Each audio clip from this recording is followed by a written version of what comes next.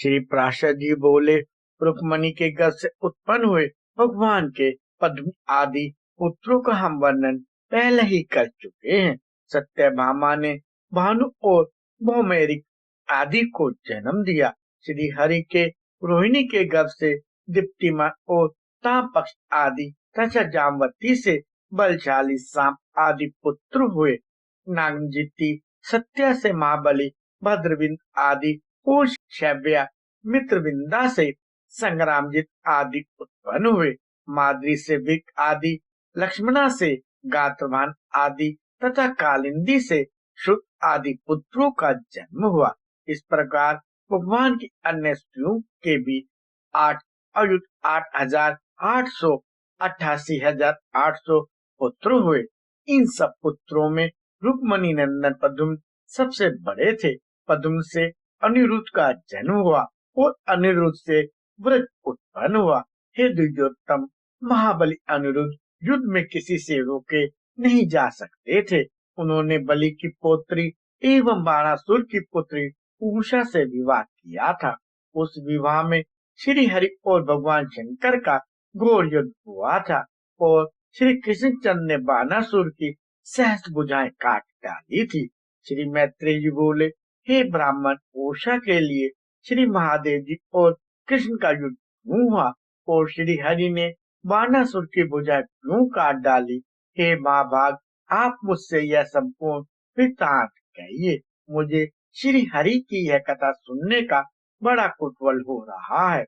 श्री पराशर जी बोले, हे विप्र, एक बार बाणासुर की पुत्री उषा ने श्री शंकर के साथ पार्वती जी को क्रीड़ा करती देख स्वयं भी अपने पति के साथ रमन करने की इच्छा की। तब सर्वांतर्यामी श्री पार्वती जी ने उस सुकुमारी से कहा, तू अधिक संतप्त मत हो, यथा समय तू भी अपने पति के साथ रमन करेगी। पार्वती जी के ऐसा कहने पर उषा ने मन ही मन यह सोच कर कि न जाने ऐसा कब होगा और मेरा पति भी कौन होगा, इस संबंध में पार्वती जी से पूछा। तब पार्वती जी ने उससे फिर कहा। पार्वती जी बोली, हे राजपुत्री, वैशाख शुक्ला द्वादशी की रात्रि को जो पुरुष सपने में आए तुझसे हठात संभोग करेगा वही तेरा पति होगा। श्री पराशर जी बोले, तदंतर उसी तिथि को उषा की स्वप्न अवस्था में किसी पुरुष ने उससे जैसा श्री पार्वती देवी ने कहा था उसी प्रकार संभोग किया और उसका भी उसमें अनुराग हो गया। हे मैत्रेय, तब उसके बाद स्वप्न से जागने पर जब उसने उस पुरुष को ना देखा तो वह उसे देखने के लिए अत्यंत उत्सुक होकर अपनी सखी की ओर लक्ष्य करके निर्लजता पूर्वक कहने लगी, हे नाथ, आप कहाँ चले गए? बानासुर का मंत्री कुशभांड था, उसकी चित्रलेखा नाम की पुत्री थी, वह उषा की सखी थी। उषा का यह प्रलाप सुनकर उसने पूछा, यह तुम किसके विषय में कह रही हो? किंतु जब लज्जावश उषा ने उसे कुछ भी न बतलाया तब चित्रलेखा ने सब बात को रखने का विश्वास दिलाकर उषा से सब इतना कहला लिया।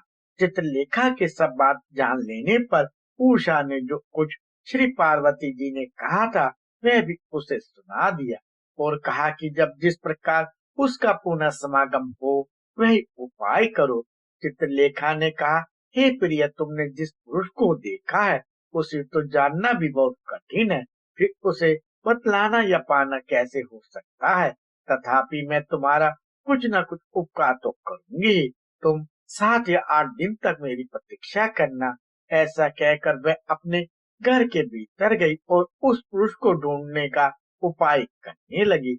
श्री पराशर जी बोले, तदंतर 7-8 दिन पश्चात लौटकर चित्रलेखा ने चित्रपट पर मुख्य मुख्य देवता, दैत्य, गंधर्व और मनुष्य के चित्र लिखकर उषा को दिखलाए। तब उषा ने गंधर्व, नाग, देवता और दैत्य आदि को छोड़कर केवल मनुष्यों पर और उनमें भी विशेषतः अंधक और विष्णुवंशी यादवों पर ही दृष्टि दी।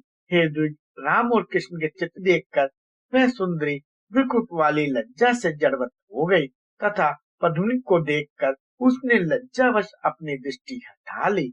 तत्पश्चात पद्मतन ने प्रियतम अनिरुद्ध जी को देखते ही उस अत्यंत विलासिनी की लज्जा मानो कहीं चली गई। वह बोल उठी, वह यही है, वह यही है। उसके इस प्रकार कहने पर योगामनी चित्रलेखा ने उस बानासुर की कन्या से कहा। चित्रलेखा बोली, देवी ने प्रसन्न होकर यह कृष्ण का पौत्र ही तेरा पति निश्चित किया है। इसका नाम अनिरुद्ध है और यह अपनी सुंदरता के लिए प्रसिद्ध है। यदि तुझको यह पति मिल गया तब तो तूने मानो सभी कुछ पा लिया, किंतु कृष्णचंद्र द्वारा सुरक्षित द्वारकापुरी में पहले प्रवेश ही करना कठिन है। तथापि हे सखी, किसी उपाय से मैं तेरे पति को लाऊंगी। तू इस गुप्त रहस्य को किसी को भी ना कहना।